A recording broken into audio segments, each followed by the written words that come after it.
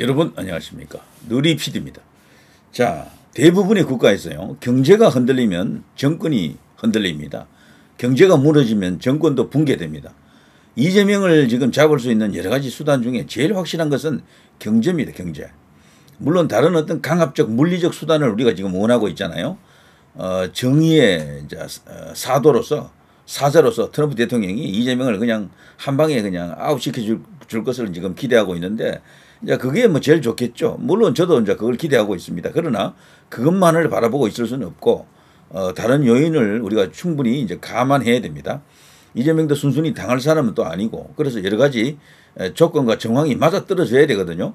가령 뭐 카다피라든가 후세인 같은 그런 상황은 극단적인 상황이잖아요. 한쪽은 혁명이 일어났고 한쪽은 전쟁 중이고, 그런 걸 통해서 해결한 나라가 가끔 있지만 지금 우리나라에는 그 모델이 맞지가 않아요. 그래서 어쨌거나 이재명은 형식적으로 대외적으로 국가 원수가 되어버렸고, 그래서 국제법을 적용하기도 어렵다라고 합니다. 국가 원수에 대해서는 뭐 지금까지 그런 사례도 없고요. 그래서 지금은 이재명을 기반을 무너뜨리는 게 제일 확실하다 그러죠. 설령 지금 같은 상황에서 부정선거가 워싱턴에서 가령 뭐 모스탄이나 이런 분들이 이제 폭로를 해도 바로 저는 효과가 나타나지 않는다고 봅니다. 왜냐하면 부정선거 이슈는 미국에도 있거든. 트럼프 대통령이 부정선거다라고 주장해도 그냥 업무소리다 하고 미국에서 그냥 퉁치고 넘어가잖아요. 그거 해결 안 된다니까. 아직도 안 되고 있잖아요. 마찬가지입니다. 그런다 그래서 우리나라가 바로 그냥 확 받아들여서 와 부정선거구나 뭐 바로 잡자. 그거는 거의 이제 가능성이 아주 낮다라고 보여집니다. 그래서 이제 단계가 하나 더 올라가서 미국의 이제 주요 정부 기구, 뭐 정보기관이라든가 아니면 국무부라든가 뭐 등등한 기구에서 공식적으로 그걸 브리핑했을 때 그때는 효과가 조금 더 있겠죠. 그렇다 하더라도 우리나라에 있는 이 이제 현재 이재명이 대통령이 되고 거기에 붙어 있는 세력들이 그걸 받아들이겠느냐라는 겁니다. 그거를요 오히려 주권 침해가 어떠느니 뭐 그거 자체를 그냥 모략이나 선동, 거짓 선동 뭐 이런 식으로 음모론으로 몰아가면서 저항을 할 겁니다. 그건 100%예요. 그거는. 그렇게 될 경우에 저들이 이 권력을 놓치려고 하겠습니까? 뭐 온갖 거기 있는 잡동사니들까지 다 뛰어나와서 그냥 난리를 치겠죠.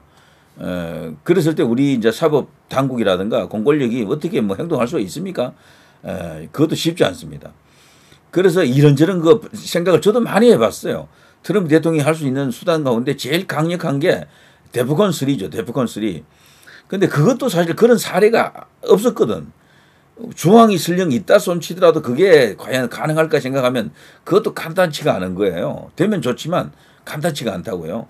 그래서 그런 것을 기대는 하지만 그것만 믿고 있다가는 부지하세어릴 수가 있다 이라고 생각합니다. 이미 나라와 나라의 문제는요, 이런 어떤 큰 문제를 해결하려고 그러면 전쟁 아니고는 사실 어렵습니다. 그런데 전쟁을 할 수는 없잖아요.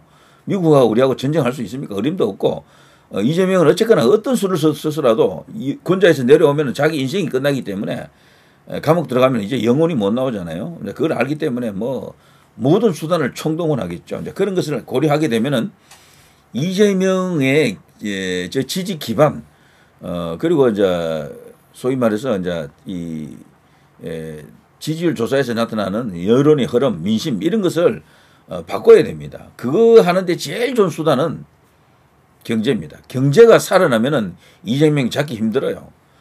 경제가 흔들리고 그게 그냥 폭망 상태로 가게 되면은 이재명은 뭐 오래 못 갈 거요. 분명히 그 내부에서도 거대한 어떤 반란 세력이 일어날 것이고 뭐 등등 해서 충분히 뒤집을 수 있는 힘이 생긴다라고 저는 그렇게 봅니다. 자, 지금 충격적인 보도가 하나 나왔는데요. 바로 이겁니다. 한미 25일 2+2 통상협의가 확정된 것을 우리가 알았잖아요. 여기 지금 그 기획재정부 장관하고 뭐 우리 통상 대표하는 어떤 사람하고 둘이 가가지고 그쪽에도 재무부 장관 그리고 이제 무역 대표부 대표 이런 식으로 만나가지고 2+2 회담을 하고 그리고 또 사이드에서 또 다른 측면에서 이재명 쪽에서 미국에다가 많은 어떤 그 푸시를 넣는다고 하죠. 외교부 장관도 뭐 지금 뭐 미국으로 가고 뭐 등등 해서 안보 라인에서도 가고 뭐 해서 아주 뭐 다방면으로 트럼프 대통령을 설득하기 위해서 노력을 한다 그러는데 이 뉴스가 뭡니까? 한미 25일 2+2 통상협의 돌연 연기, 베선트 재무장관 긴급 일정 뭐 이런 식으로 지금 뉴스가 나오고 있습니다. 빠른 시일 내에 일정을 다시 잡기로 했다라고 합니다만 이게 말이 안 되는 것이 지금 이 8월 1일 통상 시한으로 못 박은 날이 바로 내일 모레잖아요. 근데 이러고 있을 여유가 없거든. 이렇게 되면 이제 초비상 상황이죠. 우리 이제 기획재정부 장관, 이 사람은 조만간, 국민들로부터 지탄을 받으면서 목이 날아갈 수도 있습니다. 이 목 날아갈 대상이 이 사람 하나만이 아니고 이 구윤철이죠, 이름이. 구윤철 부총리 겸 기획재정부 장관인데요. 24일 오전 출국이 취소된 뒤 인천국제공항 기변실에서 굳은 표정으로 나오고 있다. 이렇게 되어 있습니다. 한미 2+2 통상협의를 위해 미국으로 출국하려던 구윤철 부총리 겸 기획재정부 장관에게 미국이 돌연 오지 마라. 날짜 따로 잡겠다라고 말을 했습니다만 그것은 의례적인 이야기고요. 진심 어린 어떤 그런 요청이 아닌 것 같습니다. 미국에서는 오지 마라라고 분명히 통보를 했습니다. 출국 취소된 뒤 바로 그 직후의 표정이라고 합니다. 이거는 너희들을 인정하지 않겠다. 미국의 아주 준엄한 어떤 그런 경고 메시지로 보이고 트럼프 대통령이 지금 대한민국을 어떻게 보고 있는지를 단적으로 보여주는 아주 극적인 상황입니다. 전에 이런 일이 있었죠. 루비오 국무장관이 우리나라에 오기로 했었잖아요. 일본하고 우리나라를 오기로 했는데 돌연 이 두 나라를 건너뛰고 바로 저쪽 인도네시아입니까? 어딘가 그쪽으로 날아가죠. 그때 왜 패싱했느냐? 그 코리아 패싱이라 그랬는데 그것보다도 더 충격적입니다. 이거는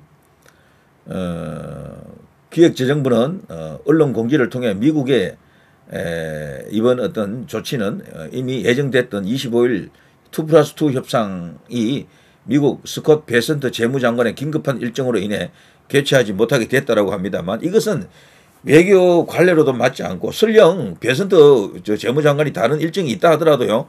미국으로 오는 걸 막으면 안 되지. 자신들이 그 재무부 장관 말고도 그 차관도 있고 뭐 차관보도 있고 많잖아요. 그래서 얼마든지 거기서 뭔가 할 수 있는 방법이 있거든. 근데 아예 우리 이제 공항에서 떠나려고 하는 사람들을 오지 말아라고 긴급 메시지를 보낸 겁니다. 이렇게 되면 이 사람 목 날아가는 게 맞겠죠? 이재명 목이 날아갑니다. 이렇게 되면. 와, 지금 트럼프 대통령이 어떤 입장인지 이제 명확해지고 있습니다. 조수간 시일 내에 2+2 회담을 개최한다? 어렵습니다. 이런 식이면요. 이거는 트럼프 대통령의 이게 단순한 어떤 협상 전략이다 이렇게 볼 수도 있지만 그보다도 훨씬 더 큰 그림을 갖고 있다. 우리 이번에요 미국을 방문한 김정관 산업통상자원부 장관과 여항구 산업부 통상교섭본부장의 미국 쪽과의 협의는 당초 예정대로 진행되고 있다라고 합니다만 그러나 가장 중요한 게 바로 이거거든요. 재무부 장관이 주무장관입니다. 미국에서는. 그 재무장관이 글쎄요. 돌연 안 만나지 않겠다. 만나지 않겠다 이야기입니다. 야, 얼굴이 오는 것 같은데요. 트럼프 대통령이 지금 갖고 있는 거대한 구상, 빅픽처가 도대체 무엇이겠습니까? 이재명을 그 자리에서 끌어내리려고 하는 것이 우리의 이제 궁극적인 희망이고요. 또 반드시 또 그렇게 되어야 할 텐데요. 그걸 위해서 지금 초강수를 지금 등장시킨 것인가? 브라질에서 일어나고 있는 일 같은 것. 그것을 지금 한국에서도 그대로 지금 재현하는 게 아닌가 이런 어떤 느낌이 드는데 진짜 이거라면요. 진짜 큰 거 한 방에 오고 있는 겁니다. 다만 시간이 좀 걸리고 방법이 아무리 트럼프 대통령이 막강한 미국의 대통령이라 해도요. 군합발로 어떻게 하기는 힘들어요. 그 세계적인 여론도 있고 등등등 해서 부정선거가 있다 손치더라도 그게 바로 인정되는 과정은 너무도 힘들어요. 사실은.